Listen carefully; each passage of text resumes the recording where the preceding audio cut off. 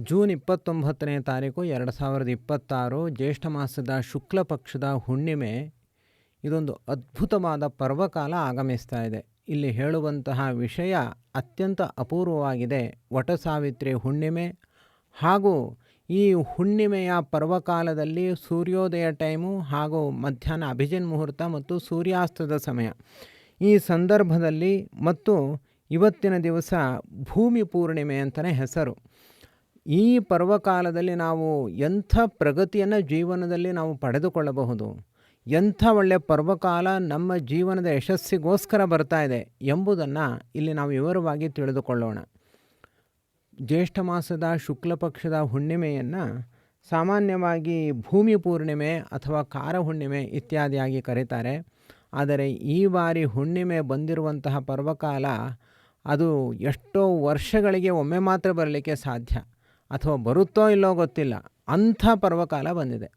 ಸಾಮಾನ್ಯವಾಗಿ ತದೇವ ಲಗ್ನಂ ಸುದಿನಂ ತದೇವ ಎಂಬುದಾಗಿ ಹೇಳಿದಂತೆ ನಾವು ಅದ್ಭುತವಾಗಿ ದೇವರಲ್ಲಿ ಭಕ್ತಿಯನ್ನು ಮಾಡಿ ಯಾವುದೇ ಕೆಲಸವನ್ನು ಪ್ರಾರಂಭ ಮಾಡಿದ್ರೆ ಅದೆಲ್ಲವೂ ಕೂಡ ಒಳ್ಳೆಯ ಕಾಲವೇ.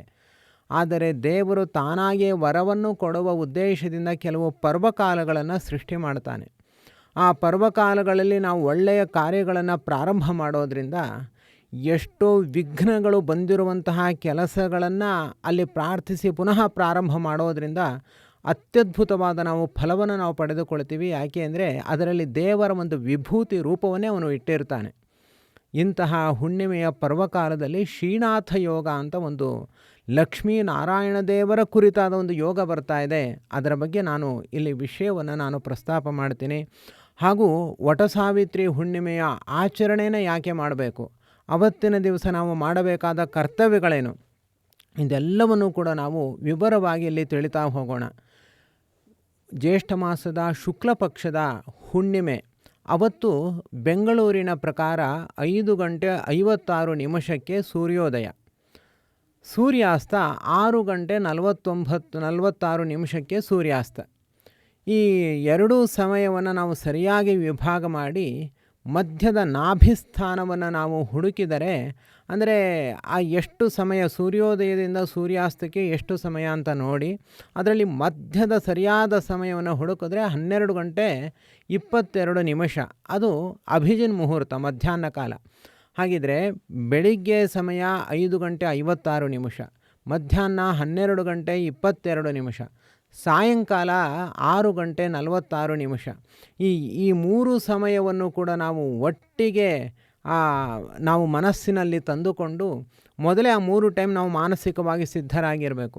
ಆ 3 ಸಮಯದಲ್ಲಿ ನಾವು ಶ್ರೀನಾಥನಿಗೆ, ಲಕ್ಷ್ಮೀನಾರಾಯಣ ದೇವರಿಗೆ ತುಪ್ಪದ ದೀಪವನ್ನು ಹಚ್ಚಿ ಕೈ ಮುಗಿದು ನಮ್ಮ ಪ್ರಾರ್ಥನೆಯನ್ನು ಮಾಡಿದ್ರೆ ಸಾಕು, ಅದು ಪುಷ್ಪವೃಷ್ಟಿ ಆಗುವಂತೆ, ಕನಕವೃಷ್ಟಿ ಆಗುವಂತೆ ಅದು ನಮ್ಮ ಇಷ್ಟಾರ್ಥಗಳನ್ನು ದೇವರು ಲಕ್ಷ್ಮೀನಾರಾಯಣ ದೇವರು ಈಡೇರಿಸ್ತಾರೆ. ಅವತ್ತು ಗಜೇಂದ್ರನ ಉದ್ಧಾರವನ್ನು ದೇವರು ಮಾಡ್ದ.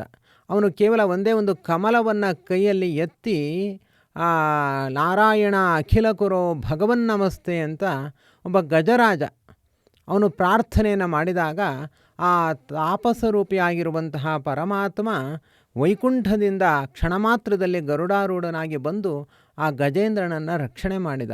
ಅವನಿಗೆ ಬೇಕಾದ್ದನ್ನೆಲ್ಲ ಕೊಟ್ಟ.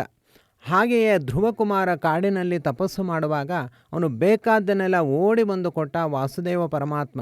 ಅದರಂತೆ ನಾವು ಈ ಶ್ರೀನಾಥ ಯೋಗದಲ್ಲಿ ಇಷ್ಟು ದಿವಸ ಮಾಡಿದ ಎಲ್ಲ ತಪಸ್ಸನ್ನು ಕೂಡ ಕೃಷ್ಣಾರ್ಪಣ ಅಂತ ಮಾಡಿ ನಮ್ಮ ಇಷ್ಟಾರ್ಥಗಳನ್ನು ನಾವು ಬೇಡಿಕೊಂಡ್ರೆ ಆ ದೇವರು ಹಾಗೆ ನಾರಾಯಣ ಅಖಿಲ ಗುರು ಭಗವನ್ ನಮಸ್ತೆ ಅಂತ ಹೇಳಿದರೆ, ಕಿಮಲಭ್ಯಂ ಭಗವತಿ ಪ್ರಸನ್ನೆ ಶ್ರೀನಿಕೇತನೆ ಅಂತ ಹೇಳಿದರೆ ಆಗ ದೇವರು ಹಾಗೇ ಓಡಿ ಬಂದು ನಮ್ಮ ಇಷ್ಟಾರ್ಥಗಳನ್ನು ಪೂರೈಸ್ತಾನೆ.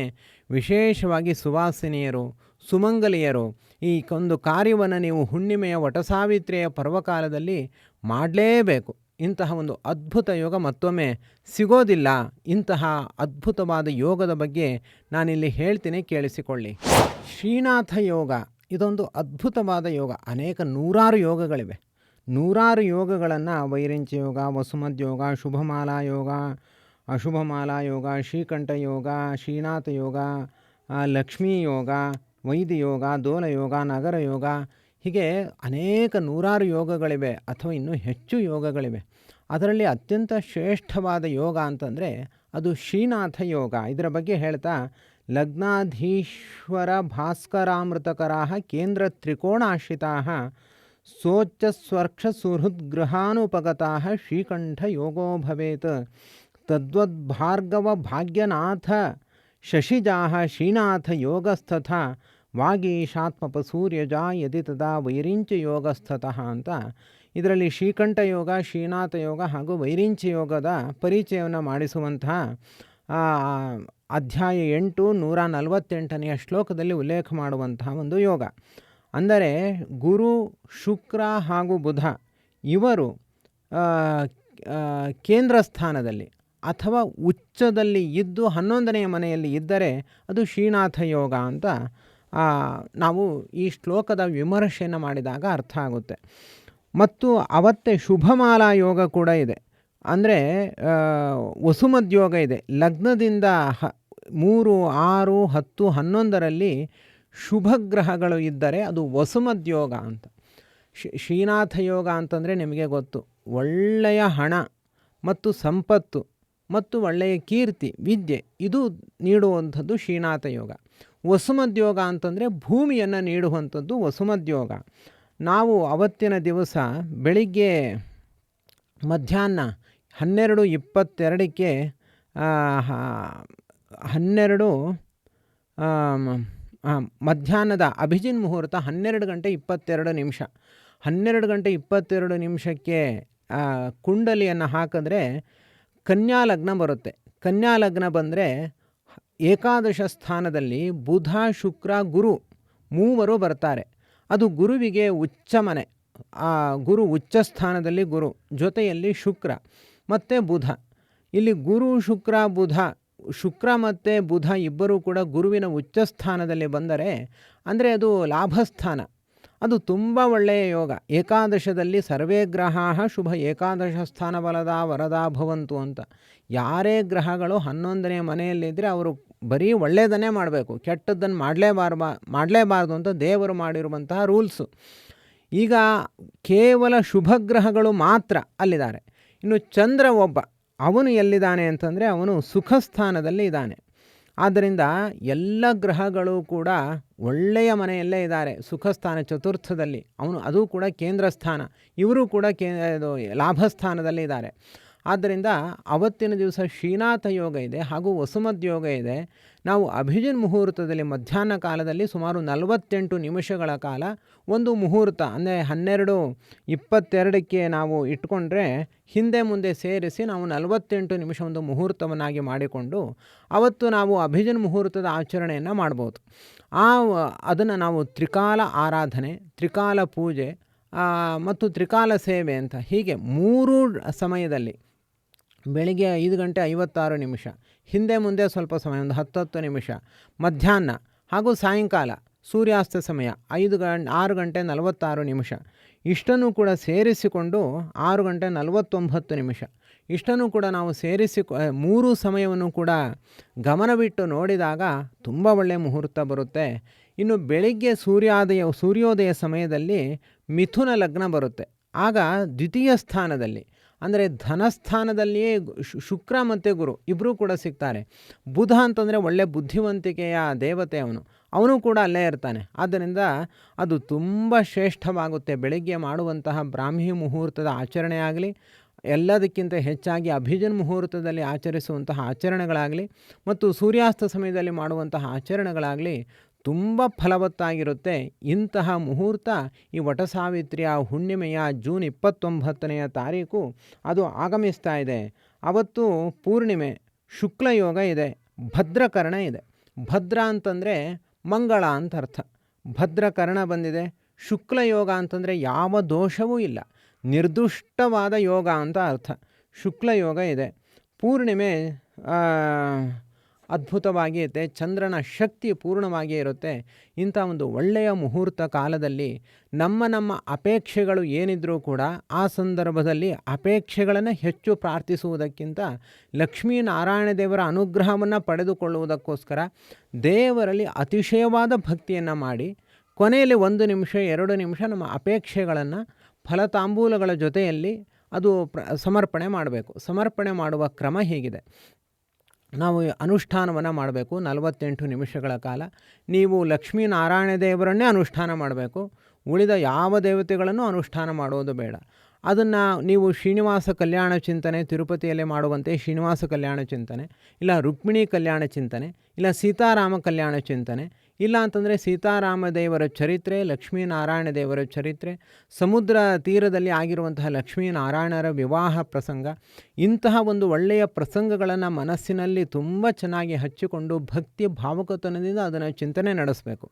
ಅದನ್ನೆಲ್ಲ ಚಿಂತನೆ ನಡೆಸಿ ಕೊನೆಯಲ್ಲಿ ಸ್ವಲ್ಪ ಸಮಯ ಇದ್ದಾಗ ಒಂದು ಹರಿವಾಣದಲ್ಲಿ 2 ತೆಂಗಿನಕಾಯಿಗಳನ್ನು, ವೀಳ್ಯದೆಲೆ ಹೂವು ಮಂತ್ರಾಕ್ಷತೆ ಹಾಗೂ ಅರಿಶಿಣ ಕುಂಕುಮ ಇಷ್ಟನ್ನು ಕೂಡ ತಟ್ಟೆಯಲ್ಲಿ ಇಟ್ಟು ನಿಮ್ಮ ಅಪೇಕ್ಷೆಗಳೇನಿದೆ ಅದನ್ನು ಅಷ್ಟು ಕೂಡ ಪತ್ರದಲ್ಲಿ ಆಗಲೇ ಬರೆದಿಟ್ಟಿರಬೇಕು. ಅದನ್ನು ಬರೆದಿಟ್ಟ ಆ ಪತ್ರದ ಜೊತೆಯಲ್ಲಿ ಅದನ್ನು ದೇವರ ಮುಂದೆ ನೀವು ಬಾಯಿಬಿಟ್ಟು ಪ್ರಾರ್ಥನೆಯನ್ನು ಮಾಡಬೇಕು. ನಿಮ್ಮ ಅಪೇಕ್ಷೆ ಏನಿದೆ ಅದು ಏನಾಗಬೇಕು ಅನ್ನೋದನ್ನು ನೀವು ಪ್ರಾರ್ಥನೆ ಮಾಡಿ, ಇದಕ್ಕೆ ನೀನು ದಿಕ್ಸೂಚಿಯನ್ನು ಮಾಡು, ಎಲ್ಲ ಅನಿಷ್ಟಗಳನ್ನು ಕೂಡ ಪರಿಹರಿಸುವಂತ ನೀವು ಪ್ರಾರ್ಥನೆಯನ್ನು ಮಾಡಬೇಕು.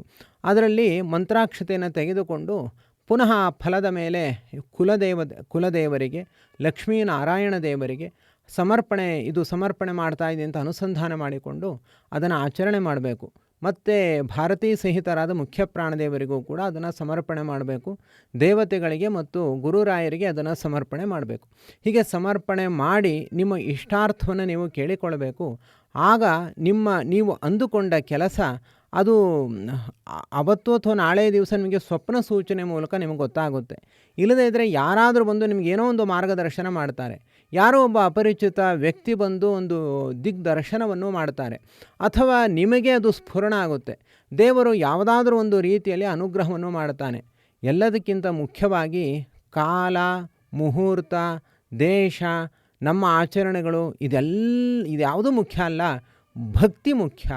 ನೀವು ಎಷ್ಟರ ಮಟ್ಟಿಗೆ ಭಕ್ತಿಯನ್ನು ಹೊಂದುತ್ತೀರೋ ಆಗ ಮಾತ್ರ ದೇವರು ನಿಮ್ಮ ಜೊತೆ ಕನೆಕ್ಟ್ ಆಗ್ತಾನೆ, ನಿಮಗೆ ಅನುಗ್ರಹವನ್ನು ಉಂಟು ಮಾಡ್ತಾನೆ. ಈ ಒಂದು ಅಂಶವನ್ನು ನೀವು ಖಂಡಿತ ಮರೆಯಬಾರದು. ಇಂತಹ ಶ್ರೇಷ್ಠವಾದ ಪರ್ವಕಾಲವನ್ನು ಸಾರ್ಥಕ ಮಾಡಿಕೊಳ್ಳಿ. ಮೊದಲೇ ಮಾನಸಿಕವಾಗಿ ಸಿದ್ಧರಾಗಿ, ಆಗಿಂದಾಗಲೇ ಏನೂ ಮಾಡಲಿಕ್ಕಾಗೋಲ್ಲ, ಇವತ್ತಿನ ದಿವಸ ಅದಕ್ಕೆ ಮಾನಸಿಕವಾಗಿ ನೀವು ಸಿದ್ಧರಾಗಿ ಈ ಒಂದು ಅನುಷ್ಠಾನವನ್ನು ನೀವು ಮಾಡಿ ಖಂಡಿತ ಶ್ರೇಯಸ್ಸಾಗುತ್ತೆ, ಖಂಡಿತ ಒಳ್ಳೆಯದಾಗುತ್ತೆ. ಈ ಜ್ಯೇಷ್ಠ ಮಾಸದ ಶುಕ್ಲ ಪಕ್ಷದ ಹುಣ್ಣಿಮೆಯ ಪರ್ವಕಾಲದಲ್ಲಿ ವಟಸಾವಿತ್ರಿ ಪೂಜೆಯನ್ನು ಮಾಡಬೇಕು. ವಟವೃಕ್ಷ, ಆಲದ ಮರ, ಅದು ಸಿಕ್ಕರೆ ಸಂತೋಷ, ಇಲ್ಲದೇ ಇದ್ದರೆ ಅದರ ಸ್ಮರಣೆ ಮಾತ್ರ. ಒಂದು ಸಾವಿತ್ರಿಗೆ ಅರ್ಘ್ಯವನ್ನು ಕೊಡಬೇಕು. ಪ್ರತಿಯೊಬ್ಬ ಸುವಾಸಿನಿಯರು ಕೂಡ ಇದನ್ನು ಆಚರಣೆ ಮಾಡಬೇಕು. ಇದರಿಂದ ಏನಾಗುತ್ತೆ ಅಂತಂದರೆ ದುರ್ಮರಣಗಳು, ಆಕ್ಸಿಡೆಂಟ್ಗಳು, ವಿಚಿತ್ರ ಅನಾರೋಗ್ಯಗಳು ಹಾಗೂ ಗಂಡ ಹೆಂಡಂದಿರ ಮಧ್ಯೆ ಇರುವ ವೈಮನಸ್ಯ, ಮನೆಯಲ್ಲಿರುವಂತಹ ಅನಿಷ್ಟಗಳು ಎಲ್ಲವೂ ಕೂಡ ಪರಿಹಾರ ಆಗುತ್ತೆ. ಇದನ್ನು ಮಹಾಭಾರತದಲ್ಲಿ ಹಾಗೂ ಅನೇಕ ಪುರಾಣಗಳಲ್ಲಿ ಇದರ ಬಗ್ಗೆ ಸ್ಪಷ್ಟವಾದ ಉಲ್ಲೇಖ ಇದೆ. ಸಾವಿತ್ರಿ ತನ್ನ ತೊಡೆಯ ಮೇಲೆ ಪತಿಯನ್ನು ಮಲಗಿಸಿಕೊಂಡಿರ್ತಾಳೆ. ಯಮದೇವರು ಪ್ರತ್ಯಕ್ಷರಾಗ್ತಾರೆ. ಆಗ ಸಾವಿತ್ರಿ ಭಕ್ತಿಯಿಂದ ಯಮದೇವರಿಗೆ ಕೈ ಮುಗಿತಾಳೆ. ಯಮದೇವರ ಹಿಂದೆ ಲಕ್ಷ್ಮೀನಾರಾಯಣ ದೇವರು ಅನುಗ್ರಹವನ್ನು ಮಾಡ್ತಿರ್ತಾರೆ. ಈ ಒಂದು ದೃಶ್ಯವನ್ನು ಕಣ್ಣು ಮುಂದೆ ತಂದ್ಕೊಳ್ಬೇಕು. ಸಾಧ್ಯವಾದರೆ ಈ ಫೋಟೋ ತೊಗೊಂಡು ಬಂದು ಪೂಜೆಯನ್ನು ಮಾಡಬೇಕು. ವಟಸಾವಿತ್ರಿ ಫೋಟೋ ಅಂತ ಕೇಳಿದ್ರೆ ಎಲ್ಲ ಫೋಟೋ ಅಂಗಡಿಗಳಲ್ಲೂ ಕೂಡ ಸಿಗುತ್ತೆ. ವಟಸಾವಿತ್ರಿ ಫೋಟೋ ತಂದು ಅದರಲ್ಲಿ ಆಲದ ಮರ ಇರುತ್ತೆ, ಯಮದೇವರು ಇರ್ತಾರೆ, ಲಕ್ಷ್ಮೀನಾರಾಯಣ ದೇವರು ಇರ್ತಾನೆ, ಹಾಗೂ ಸತ್ಯವಂತ, ಸಾವಿತ್ರಿ ಇವರ ಒಂದು ಚಿತ್ರ ಇರುತ್ತೆ. ಇದನ್ನು ಈ ವಟಸಾವಿತ್ರಿ ಹುಣ್ಣಿಮೆ ದಿವಸ ನಾವು ಪೂಜೆಯನ್ನು ಮಾಡಬೇಕು. ಅವತ್ತಿನ ದಿವಸ ವಿಶೇಷವಾಗಿ ಯಮದೇವರ ಅನುಷ್ಠಾನವನ್ನು ಮಾಡಬೇಕು. ವಟವೃಕ್ಷಕ್ಕೆ ನೀರನ್ನು ಹಾಕಬೇಕು. ಒಂದು ಬಿದಿರು ಪಾತ್ರೆಯಲ್ಲಿ ಮರಳನ್ನು ತುಂಬಿ ಅದರ ಮೇಲೆ 7 ಬಗೆಯ ಧಾನ್ಯಗಳನ್ನು ತುಂಬಬೇಕು. 2 ವಸ್ತ್ರಗಳನ್ನು ಅದಕ್ಕೆ ಸುತ್ತಬೇಕು. ಸತ್ಯವಾನ್ ಹಾಗೂ ಸಾವಿತ್ರಿ ಚಿತ್ರಪಟ ಏನೀಗ ಹೇಳಿದೆ ಅದನ್ನು ಅದರ ಮೇಲೆ ಇಡಬೇಕು. ಇಟ್ಟು ಪೂಜೆಯನ್ನು ಮಾಡಬೇಕು. ಹೀಗೆ ಸ್ಕಂದ ಪುರಾಣದಲ್ಲಿ ಇದರ ಪೂಜಾ ಕ್ರಮವನ್ನು ಅತ್ಯಂತ ವಿವರವಾಗಿ ಹೇಳಿದ್ದಾರೆ.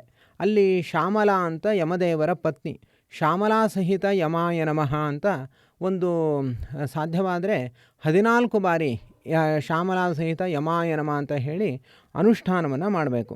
ಆಮೇಲೆ ಸಾವಿತ್ರಿಗೆ ಪೂಜೆಯನ್ನು ಹೀಗೆ ಮಾಡಬೇಕು. ಅವೈಧವ್ಯಂಚ ಸೌಭಾಗ್ಯಂ ದೇಹಿತ್ವಂ ಮಮ ಸುವ್ರತೆ ಪುತ್ರಾನ್ ಪೌತ್ರಾಂಶ್ಚ ಸೌಖ್ಯಂ ಚ ಗೃಹಾಣಾರ್ಘ್ಯಂ ನಮೋಸ್ತುತೆ. ಸತ್ಯವಾನ್ ಸಾವಿತ್ರೇ ನಮಃ ಅಂತ ಅವಳಿಗೆ ಪೂಜೆಯನ್ನು ಆಚರಣೆ ಮಾಡಬೇಕು. ಹೀಗೆ ಮಾಡೋದರಿಂದ ವಟಶಾಖಾಮವಷ್ಟಭ್ಯ ಸತ್ಯವಾನ್ ಗ್ರಾಹ ಗದ್ಗದಂ ಸಾವಿತ್ರಿ ಪಶ್ಯ ಶಿರಸಿ ವೇದನಾ ಮಾಂ ಪ್ರಬಾಧ್ಯತೆ ಇತ್ಯಾದಿಯಾಗಿ ಹೇಳಿದಂತೆ ಶ್ಯಾಮಲ ಸಹಿತರಾಗಿರುವಂತಹ ಯಮದೇವರು ಅಂಥವರಿಗೆ ವಿಶೇಷವಾಗಿ ಆಯುಷ್ಯವನ್ನು ಅಭಿವೃದ್ಧಿ ಮಾಡ್ತಾರೆ. ಯಾರಿಗೆ ತುಂಬ ಭಯ ಇರುತ್ತೆ ಅಂಥವರು ಭಯ ಪರಿಹಾರಕ್ಕೋಸ್ಕರ ಈ ಒಂದು ಅನುಷ್ಠಾನವನ್ನು ಮಾಡಬೇಕು. ಕೇವಲ ಸುಮಂಗಲಿಯರು ಮಾತ್ರವಲ್ಲ, ಪತಿ ಪತ್ನಿಯರು ಇಬ್ಬರು ಕುಳಿತು ಶ್ಯಾಮಲ ಯಮದೇವರಿಗೆ ಪೂಜೆಯನ್ನು ಮಾಡಿದ್ರೆ ಅಂಥ ಒಳ್ಳೆಯ ಫಲ ಇನ್ನೊಮ್ಮೆ ಸಿಗಲಿಕ್ಕೆ ಸಾಧ್ಯವೇ ಇಲ್ಲ. ಇದು ಜ್ಯೇಷ್ಠ ಹುಣ್ಣಿಮೆಗೆ ಮಾತ್ರ ಇರುವಂತಹ ಶ್ರೇಷ್ಠ ವ್ರತ ಆಗಿದೆ ಇದು. ಆದ್ದರಿಂದ ವಟಸಾವಿತ್ರಿ ಹುಣ್ಣಿಮೆಯನ್ನು ಪ್ರತಿಯೊಬ್ಬರೂ ನಮ್ಮಲ್ಲಿ ಸಂಪ್ರದಾಯಗತವಾಗಿ ಆಚರಣೆಯನ್ನು ಮಾಡ್ತಿದ್ದಾರೆ. ಯಾರು ಪ್ರಾರಂಭ ಮಾಡಿಲ್ವೋ ಅವರು ಕೂಡ ಈ ವ್ರತವನ್ನು ಆಚರಣೆ ಮಾಡಬೇಕು, ಪ್ರಾರಂಭ ಮಾಡಬೇಕು. ಇದರಿಂದ ಮನೆಯಲ್ಲಿ ಒಳ್ಳೆಯ ಸಂಸ್ಕೃತಿ ಮೂಡುತ್ತೆ, ಪತಿ ಪತ್ನಿಯರಲ್ಲಿ ಒಳ್ಳೆಯ ಅನ್ಯೋನ್ಯತೆ ಉಂಟಾಗುತ್ತೆ, ಹಾಗೂ ಆಯುಷ್ಯ ಅಭಿವೃದ್ಧಿ ಆಗುತ್ತೆ, ದುರ್ಮರಣ ದೋಷ ಪರಿಹಾರ ಆಗುತ್ತೆ, ಭಯ ಪರಿಹಾರ ಆಗುತ್ತೆ, ಅನಾರೋಗ್ಯಗಳೆಲ್ಲವೂ ಕೂಡ ದೂರತೋಪಾಸ್ತವಾಗುತ್ತವೆ. ಇಂತಹ ಜ್ಯೇಷ್ಠ ಮಾಸದ ಶುಕ್ಲ ಪಕ್ಷದ ಹುಣ್ಣಿಮೆಯ ಈ ಪರ್ವಕಾಲವನ್ನು ಸಾರ್ಥಕಪಡಿಸಿಕೊಳ್ಳಬೇಕು. ಈಗ ಇಂತಹ ಒಂದು ಪವಿತ್ರವಾದ ಪರ್ವಕಾಲದ ಬಗ್ಗೆ ತಿಳಿದಂತಹ ನೀವು ಈ ಪರ್ವಕಾಲದಲ್ಲಿ ಅನೇಕ ಸತ್ಯ ಸಂಕಲ್ಪಗಳನ್ನು ಕೂಡ ನೀವು ಮಾಡಬೇಕಾಗುತ್ತೆ.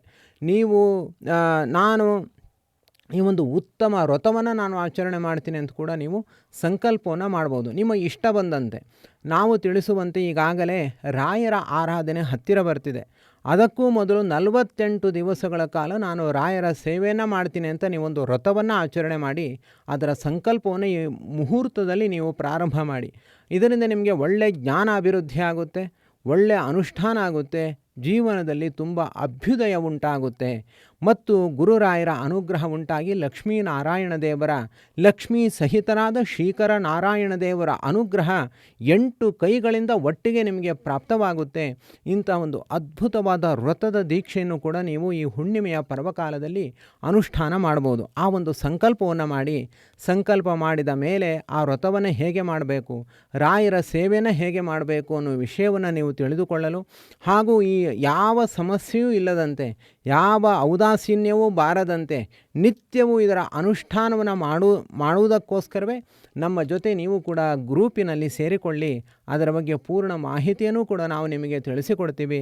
ಇದರಿಂದ ಜೀವನದಲ್ಲಿ ಭಕ್ತಿ ಪಂಥದ ಮೂಲಕವಾಗಿ ಲಕ್ಷ್ಮೀ ನಾರಾಯಣ ದೇವರ ವಿಶೇಷ ಕೃಪಾ ಕಟಾಕ್ಷಕ್ಕೆ ನಾವು ಪಾತ್ರರಾಗೋಣ.